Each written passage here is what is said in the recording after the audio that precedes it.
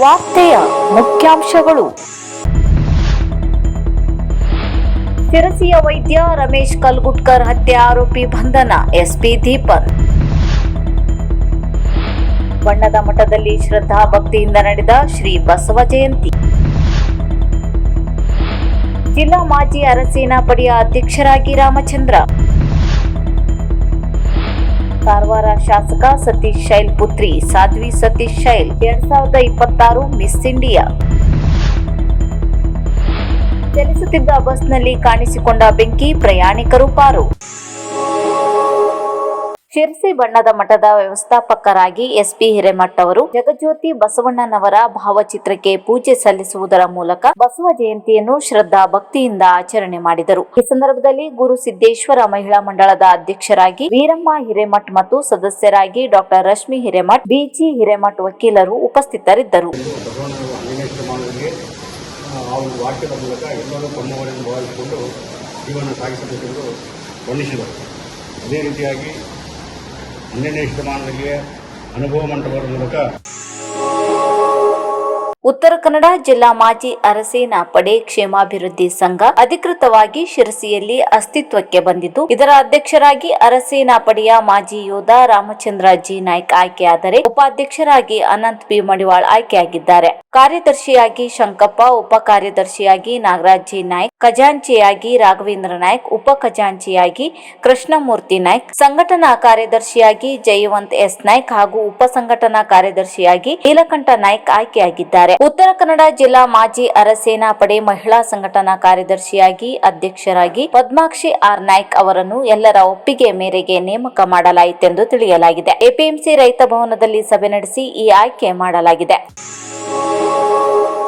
ಇಲ್ಲಿಯ KHP colony ನಿವಾಸಿ ಹಾಗೂ ಆಯುರ್ವೇದ ವೈದ್ಯರಾಗಿದ್ದ ಡಾಕ್ಟರ್ ರಮೇಶ್ ಕಲ್ಗುಟ್ಕರ್ ಕೊಲೆ ಆರೋಪಿಯನ್ನು ಘಟನೆ ನಡೆದ ದಿನವೇ ಬಂಧಿಸಲಾಗಿದೆ. ಆರೋಪಿಯು ಹಣ ಮತ್ತು ಒಡವೆಗಾಗಿ ಕೊಲೆ ಮಾಡಿರುವ ಬಗ್ಗೆ ಶಂಕೆ ವ್ಯಕ್ತವಾಗಿದ್ದು, ತನಿಖೆ ಮುಂದುವರೆದಿದೆ. ಆರೋಪಿಯನ್ನು ಹಿಡಿಯುವಲ್ಲಿ ಚಾಣಾಕ್ಷತನ ತೋರಿದ ಡಿವೈಎಸ್ಪಿ ಗೀತಾ ಪಾಟೀಲ್ ನೇತೃತ್ವದ ತಂಡಕ್ಕೆ ಅಭಿನಂದನೆ ವ್ಯಕ್ತಪಡಿಸುವುದಾಗಿ ಎಸ್ಪಿ ದೀಪನ್ ಎಂಎನ್ ಶಿರಸಿಯಲ್ಲಿ ನಡೆಸಿದ ಸುದ್ದಿಗೋಷ್ಠಿಯಲ್ಲಿ ತಿಳಿಸಿದ್ದಾರೆ. ಸುದ್ದಿಗೋಷ್ಠಿಯಲ್ಲಿ ಡಿವೈಎಸ್ಪಿ ಗೀತಾ ಪಾಟೀಲ್, ಗ್ರಾಮೀಣ ಠಾಣೆ ಸಿಪಿಐ ಹೂಗಾರ್ ಉಪಸ್ಥಿತರಿದ್ದರು. ಮತ್ತೆ ಇವ್ರಿಗೆ ಅವ್ರ ಮೊದಲನೇ ಹೆಂಡತಿ ಅವರು ತೀರ್ಕೊಂಡು ಒಂದು 5 ತಿಂಗಳು ಆಗಿರುತ್ತೆ. ಮತ್ತೆ ಅವ್ರಿಗೆ 2ನೇ ವಿವಾಹ ಮಾಡಬೇಕು ಅಂತ ಇಂದು ದಿನಾಂಕ 20ರಂದು ಪ್ಲಾನ್ ಆಗಿರುತ್ತೆ ಅಂದ್ಬಿಟ್ಟು ಇವ್ರಿಗೆ ಮಕ್ಕಳು ಇಬ್ರು ಇರ್ತಾರೆ. ಇಬ್ರು ಕೂಡ ಓದಿ ಬೇರೆ ಊರಲ್ಲಿ ಇರ್ತಾರೆ. ಸೊ ಇವ್ರಿಗೆ ಮದುವೆ ಮಾಡಬೇಕು ಅನ್ನೋದು ನೋಡ್ಕೊಳ್ಳೋಕೆ ಪ್ಲಸ್ ಜೊತೆಗೆ ಇರೋದಕ್ಕೋಸ್ಕರ ಇದು ಪ್ಲಾನ್ ಮಾಡಿ ಮದುವೆ ಮಾಡಿಸೋಕ್ಕೆ ನಿರ್ಧಾರ ಮಾಡಿರ್ತಾರೆ. ಸೊ ಇದ್ರ ಹಿಂದಿನ ದಿವಸ ಅವತ್ತಿನ ದಿವಸ ರಾತ್ರಿ ಅವರು ಮನೇಲಿ ಇದ್ದಿರ್ತಾರೆ ಡಾಕ್ಟರ್ ರಮೇಶ್ ಅವರು. ಇದ ನಂತರ ಅವ್ರಿಗೆ ಸಂಬಂಧಪಟ್ಟಂಗೆ ಅವ್ರ ಅಕ್ಕದೇವರು ಕೂಡ ಬಂದಿರ್ತಾರೆ. ಅವ್ರು ಬಂದು ಇವ್ರಿಗೆ ಕಾಲ್ ಮಾಡಿ ನೋಡಿರ್ತಾರೆ. ಇವ್ರಿಂದ ಏನು ಯಾವುದೇ ತರ ರೆಸ್ಪಾನ್ಸ್ ಬಂದಿರೋದಿಲ್ಲ. ಮತ್ತೆ ಸಂಜೆ ಮನೆಗೆ ಹೋಗಿ ನೋಡಿರ್ತಾರೆ. ಸಂಜೆ ಹೋಗಿ ನೋಡಿದ ತಕ್ಷಣ ಅಲ್ಲಿ ಅವ್ರದ್ದು ಮನೆ ಬಾಗಿಲು ಬೀಗ ಹಾಕಿರ್ತಾರೆ. ಆ ಸಮಯದಲ್ಲಿ ಇವ್ರು ಯಾಕೆ ಫೋನ್ ಎತ್ತಾ ಇಲ್ಲ, ಮತ್ತೆ ಏನಕ್ಕೆ ತೆಗಿತಾ ಇಲ್ಲ ಅಂದ್ಬಿಟ್ಟು ಮನೇಲಿ ಲಾಕ್ ಆಗಿದೆ. ಸೋಫಾ ಆಫೀಸರು ಪ್ಲಸ್ ನಮ್ದು ಫಿಂಗರ್ ಪ್ರಿಂಟ್ ಟೀಮ್ ಮತ್ತೆ ಡಾಗ್ ಸ್ಕ್ವಾಡ್ ಎಲ್ಲ ಸ್ಪಾಟ್ಗೆ ಹೋಗಿ ಇದನ್ನು ಪರಿಶೀಲಿಸ್ತಾರೆ. ಇದು ಪರಿಶೀಲನೆ ಮಾಡಿದಲ್ಲಿ ನೋಡಿದಲ್ಲಿ ಅವ್ರು ಐಡೆಂಟಿಫೈ ಆಗಿ ಅವರೇ ಡಾಕ್ಟರ್ ರಮೇಶ್ ಅವರದೇ ತಿಳ್ಕೊಂಡಿರೋದು ಗೊತ್ತಾಗುತ್ತೆ. ಅದು ಒಂದು ಆಯುಧದಿಂದ ಏಟ್ ತಲೆಗೆ ಬಿದ್ದು ಅವರು ಮೃತಪಟ್ಟಿರ್ತಾರೆ. ಮನೆಯಲ್ಲಿ ಇದ್ದಿದ್ದು ಆಭರಣಗಳು ಕೂಡ ಮಿಸ್ಸಿಂಗ್ ಇರುತ್ತೆ. ಅವ್ರು ಮದುವೆಗೆ ತಗೊಂಡ್ಬಂದಿರೋದು. ಸೊ ಅದೇ ಸಮಯದಲ್ಲಿ ಅದನ್ನೇ ಪತ್ತೆ ಹಚ್ಚಿ ಹೋಗಿರೋದು. ಇವಾಗಲೇ ನಮಗೆ ಆರೋಪಿಯವರು ಪತ್ತೆ ಆಗಿದ್ದಾರೆ.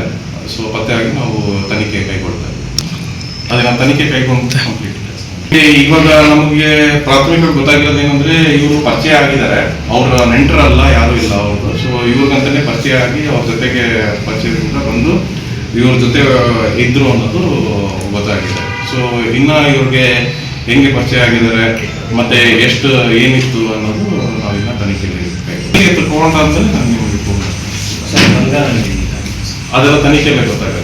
ನಮಗೆ ಮುಂಚಿತವಾಗಿ ಯಾರಾದ್ರೂ ಮನೆಯಲ್ಲಿ ಇದ್ದಿದ್ದಲ್ಲಿ ನಮ್ಗೆ ಇನ್ನ ತಿಳಿದು ಬರ್ತಾ ಇತ್ತು ಯಾರಾದ್ರೂ ಇದ್ರು ಏನೇನಿದ್ರು ಅಂತ. ಸೊ ಇವಾಗ ನಮಗೆ ತನಿಖೆ ಆದ್ಮೇಲೆ ಕ್ಲಿಯರ್ ಆಗಿ ಗೊತ್ತಾಗುತ್ತೆ. ಮತ್ತೆ ಅವ್ರ ಫ್ಯಾಮಿಲಿ ಎಲ್ಲ ಬಂದು ಅವ್ರನ್ನೆಲ್ಲ ತನಿಖೆ ಮಾಡೋದ್ಮೇಲೆ ನಮ್ಗೆ ಇನ್ನ ಪೂರ್ಣ ಮಾಹಿತಿ ಗೊತ್ತಾಗುತ್ತೆ. ಪಿಕ್ಚರ್ ನಿಮಗೆ ಫುಲ್ ಇನ್ವೆಸ್ಟಿಗೇಷನ್ ಚಲಿಸುತ್ತಿದ್ದ ಸಾರಿಗೆ ಸಂಸ್ಥೆಯ ಬಸ್ಸಿನಲ್ಲಿ ಆಕಸ್ಮಿಕವಾಗಿ ಬೆಂಕಿ ಕಾಣಿಸಿಕೊಂಡು ಪ್ರಯಾಣಿಕರು ಪ್ರಾಣಾಪಾಯದಿಂದ ಪಾರಾದ ಘಟನೆ ಮುರುಡೇಶ್ವರ ಸಮೀಪದ ಮಾವಳ್ಳಿ ಗ್ರಾಮ ಪಂಚಾಯಿತಿ ವ್ಯಾಪ್ತಿಯಲ್ಲಿ ನಡೆದಿದೆ. ಭಟ್ಕಳದಿಂದ ಕುಮಟಾ ಕಡೆಗೆ ಪ್ರಯಾಣಿಕರನ್ನು ಹೊತ್ತು ಸಾಗುತ್ತಿದ್ದ ಸರ್ಕಾರಿ ಬಸ್ನ ತಳಭಾಗದಲ್ಲಿ ಇದ್ದಕ್ಕಿದ್ದಂತೆ ಬೆಂಕಿ ಕಾಣಿಸಿಕೊಂಡಿದೆ. ಹೊಗೆಯನ್ನು ಗಮನಿಸಿದ ಚಾಲಕ ತಕ್ಷಣ ಬಸ್ ಅನ್ನು ನಿಲ್ಲಿಸಿದ್ದು ಪ್ರಯಾಣಿಕರು ಎಚ್ಚೆತ್ತುಕೊಂಡು ಕೂಡಲೇ ಕೆಳಗಿಳಿದು ಸುರಕ್ಷಿತವಾಗಿ ದೂರ ಸರಿದಿದ್ದಾರೆ. ಇದರಿಂದಾಗಿ ಸಂಭವಿಸಬಹುದಾದ ಭಾರೀ ಅನಾಹುತವೊಂದು ತಪ್ಪಿದಂತಾಗಿದೆ. ಕರ್ನಾಟಕ ರಾಜ್ಯದ ಉತ್ತರ ಕನ್ನಡ ಜಿಲ್ಲಾ ಕಾರವಾರದ ಶಾಸಕ ಸತೀಶ್ ಶೈಲ್ ಪುತ್ರಿ ಸಾಧ್ವಿ ಸತೀಶ್ ಶೈಲ್ ಅವರು 61ನೇ ಫೆಮಿನಾ ಮಿಸ್ ಇಂಡಿಯಾ 2026 ಪ್ರಶಸ್ತಿಯನ್ನು ಗೆದ್ದು ಇಡೀ ರಾಜ್ಯಕ್ಕೆ ಹೆಮ್ಮೆ ತಂದಿದ್ದಾರೆ. ಏಪ್ರಿಲ್ 18ರಂದು ಕಳಿಂಗ ಇನ್ಸ್ಟಿಟ್ಯೂಟ್ ಆಫ್ ಇಂಡಸ್ಟ್ರಿಯಲ್ ಟೆಕ್ನಾಲಜಿನಲ್ಲಿ ನಡೆದ ಗ್ರ್ಯಾಂಡ್ ಫೈನಲ್ನಲ್ಲಿ ಅವರು ಕಿರೀಟ ಧರಿಸಿದರು.